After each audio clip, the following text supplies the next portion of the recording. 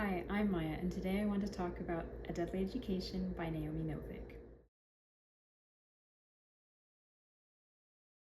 So this book was recommended to me by my friend. I'd never heard of it before she told me that I should read it. And I have a lot of theories as to why this series is not as popular and well known as other fantasy series. I think one reason why is because the stakes are pretty low, at least in the first book. I know that there's two other books. Maybe things get more serious and like larger scale later on in the series, but in this first book, it's basically just about this girl and she's going to magic school, and it's just about her and her experience there.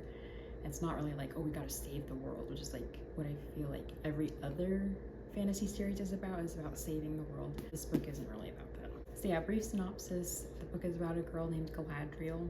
One part that kind of annoyed me is that there's not really any acknowledgement as to why she has the name of a popular Lord of the Rings character until like halfway through the book. Maybe even like further than that, like maybe almost towards the end, because I finally learn why that's her name. But some people just call her Elle for short. She's a really grumpy, moody, grouchy, rude person, and sometimes that gets annoying as the reader, like watching her just be mean and awful to people. It's like, why are you doing that? Like, you could get so much further if you were just nice. But then we learn more about her backstory and like the culture in this school, and we learn more of like why she's that way, and it's more understandable, and you just kind of feel bad for her that she doesn't have any friends. Another fun thing about this book is that it is enemies to lovers, one of the best tropes ever. So her love interest is Orion, and they start off hating each other, but by the end, you know, they don't. This book is basically an edgier version of Harry Potter. There are all these young wizard kids who are at this school, and there aren't any professors. It's just this magic school that like gives them assignments and exams, and they have to complete everything. And there's always the risk of them dying because they're a bunch of evil like demon creatures that pop out and attack them. Basically, they're just trying to get to graduation. It reminds me a lot of Harry Potter. It also reminds me a lot of the Shadowhunter series by Cassandra Clare, one of my favorite series ever. I don't love this book as much as I love Cassandra Clare's books. I definitely saw some similarities. For one, in both this book and in the Shadowhunter books, ordinary human people that don't have magical powers are referred to as mundanes. Another similarity is like the magical groups of wizards around the world. They're called enclaves in this book, and then in the Shadowhunter books, they're called claves and conclaves, and like it's very similar. The school that they're at is called the Scholomance, and that is also the name of a magic academy in the Shadowhunter series that some of the characters go to. So I had to look it up because I was like, wait, did Cassandra Clare coin that term and now Naomi Novik is like copying her? But that's not the case. And actually the term Scholomance pops up in the novel Dracula by Stoker, which I've read.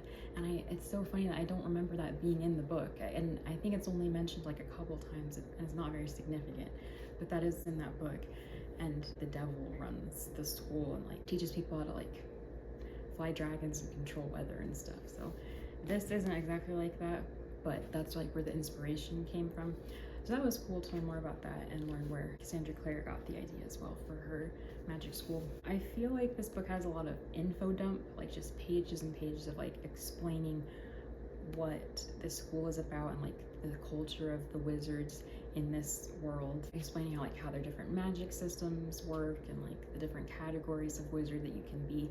And that reminded me of the Grishaverse books by Leigh Bardugo, where you have different like categories of magic person, where you like some people can control different things. Like in the Grishaverse books, you can be like someone who works with physical matter, like materials.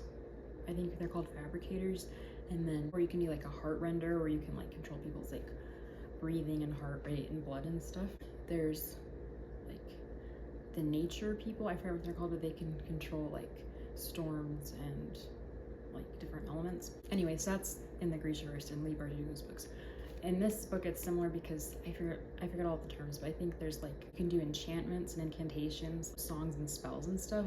And then there's also alchemists and other categories like artifice or something like that. So, and then like they're kind of split up, like the courses they take are all catered to their specialty, affinity, I think they call it in the book. Anyway, and so when they're grouped like that, that feels like Harry Potter with the houses. So obviously, this book is taking a lot from what came before, especially with the main character's name being Galadriel. I think it's a good balance of like using tropes and themes and ideas that are just basic staples of the fantasy genre, and also coming up with new ideas that are more unique. The whole concept of mana, which is kind of like their chi or like power or like their life force kind of. Students at the school have to build up mana in order to perform magic. So I thought that was interesting, kind of unique. And they can do it in different ways, like crocheting or push-ups. Like there's a whole bunch of different ways to like build up that mana, which I thought was cool. And I also think the main character, Galadriel, is a compelling character because she has an affinity for dark magic, but she resists it. Like she could very easily kill anyone she wanted to. Like she's crazy powerful. Spells just come to her that would be very damaging, and she decides not to use them because she wants to be a good person and because that's the way her mother raised her to be. So in that way she's very admirable, and like you're rooting for her and you're proud of her for not taking the easy way out and just being a destructive evil person. Another thing that I personally loved about the book is that Galadriel is Welsh, and I took Welsh in college. That was my foreign language, so it's fun to see like words pop up that I know or like references to places in Wales that we talked about in my classes. That was just a fun little thing for me, a little personal connection. So Galadriel is actually half Welsh. Her mom is Welsh and her dad is Indian, and so I think that's another cool thing, that we have a racially diverse heroine, which is something that you don't really see in fantasy as a rule, like older stuff, and even not so old stuff, like the main characters in the other series I've been mentioning, Harry Potter, Shadowhunters, and Grishaverse. All of those main characters are also white. So it is refreshing to have a character who has a different ethnic background. But back to what I was saying before about the info dumping, sometimes it is a bit boring, and I found myself kind of like slogging through parts of it. Like it's understandable because it's so hard when you're writing like book one in a series. You have to have a lot of setup, a lot of explanation, a lot of world building, really just position your reader in the story, and then you can move forward.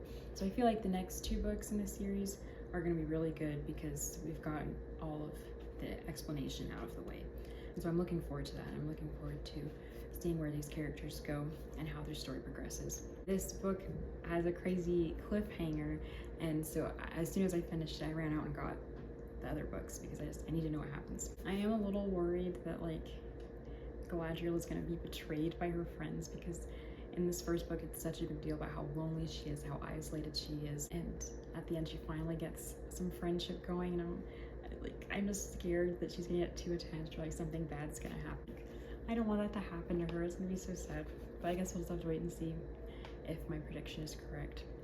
It definitely has dark academia vibe. It's fun to watch these characters behave like real students, like studying for tests, doing homework, because I feel like a lot of other like school-based books like Harry Potter, they're not really doing schoolwork. In this book, they definitely are. You learn a lot about the different worksheets they have to do and papers they have to write and workshops they have to do where they like create physical objects and like get credit and points and marks and scores, and like, so it makes it feel like you're in school with them, and you're like, I don't know, it's just really leans into that dark academia vibe. Another fun thing that reminded me of the TV show Survivor is that these students are forming alliances in order to graduate, because graduation is like a whole process, and it's basically like fighting a bunch of monsters, and they need to be in teams for that. So they have to like see who they can trust, and like they're wheeling and dealing, and they're trading and like making offers and trying to recruit the best people, trying to sabotage other people. So it's very like political and schemy. Yeah, very much like the TV show Survivor, one of my favorite shows. So like back to what I was saying earlier about Galadriel and friendship and what a big deal that is to her. Part of this friendship is forming an alliance with some of her fellow students, her classmates. Really important that she has an alliance with people she can trust. So I really hope she can trust them in the later books. So overall, I thought this book was very enjoyable. I think it was a good balance of old and new, using the tried and true fantasy blueprints while also trying out new things and new ideas. I'm excited to keep reading the series, and I'll let you guys know what I think once I finish all of the books. So yeah, stay tuned, and thank you so much for watching.